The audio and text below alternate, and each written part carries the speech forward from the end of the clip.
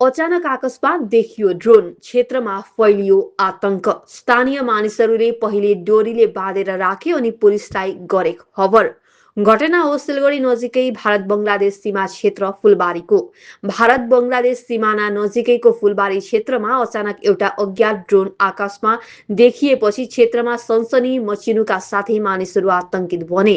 प्राप्त जानकारी अनुसार बिहीबार दिउँसो अचानक आकाशमा एउटा ड्रोन उडिरहेको क्षेत्रवासीले देखे। केही बेर आकाशमा घुमेपछि उक्त ड्रोन डाबग्राम पुलिस बटालियन क्षेत्रमा झर्यो। यो कुरा थाहा पाउने बित्तिकै स्थानीय मानिसहरू आत्तिए अनि उक्त ड्रोनलाई डोरीले बाँधेर राखेपछि घटनाको खबर न्यू जलपाइगुडी पुलिसलाई दिए। खबर सुन्नसाथ पुलिस घटनास्थलमा पुगे ड्रोनलाई उद्धार गरेर पुलिस स्टेसन लगियो। उक्त ड्रोन कहाँबाट आएको हो भन्ने बारे अहिलेसम्म पत्तो लाग्न सकेको छैन।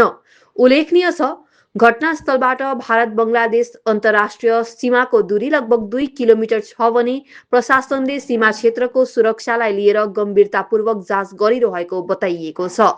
पुलिस सूत्रले जनाए अनुसार ड्रोनको प्राविधिक विवरणहरू जाँच गरिनेछ। आवश्यक परे विज्ञहरूको सहयोगमा यसको उडान मार्ग, नियन्त्रण केन्द्र र सम्भावित मालिक पत्तो लगाइनेछ। सीमा क्षेत्रमा यस्ता अज्ञात ड्रोनहरूको उडानले सुरक्षा व्यवस्थामा चिन्ता बढाइदिएको छ।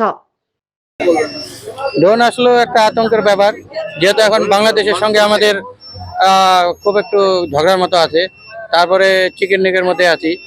এরকম বিনা পারমিশনে যদি ড্রোন ওড়ে লোক তো আতঙ্কে হবেই। এর জন্য মানে সবাই এক জায়গাতে জমায়েত হয়েছে, পুলিশ প্রশাসনকে খবর দেওয়া হয়েছে, দেখি কি হয় এখন। এরকম ড্রোন তো দেখা যায়নি, কিন্তু বর্তমানে এই ড্রোন ওড়াতে সবাই আতঙ্কিতে আছে। আর ড্রোনটা দেখতেও একটা ইসের মতো, মানে বোম ফিট করা আছে এরকমই বোঝা যায়। যাই হোক, ওটা পুলিশ প্রশাসন দেখবে।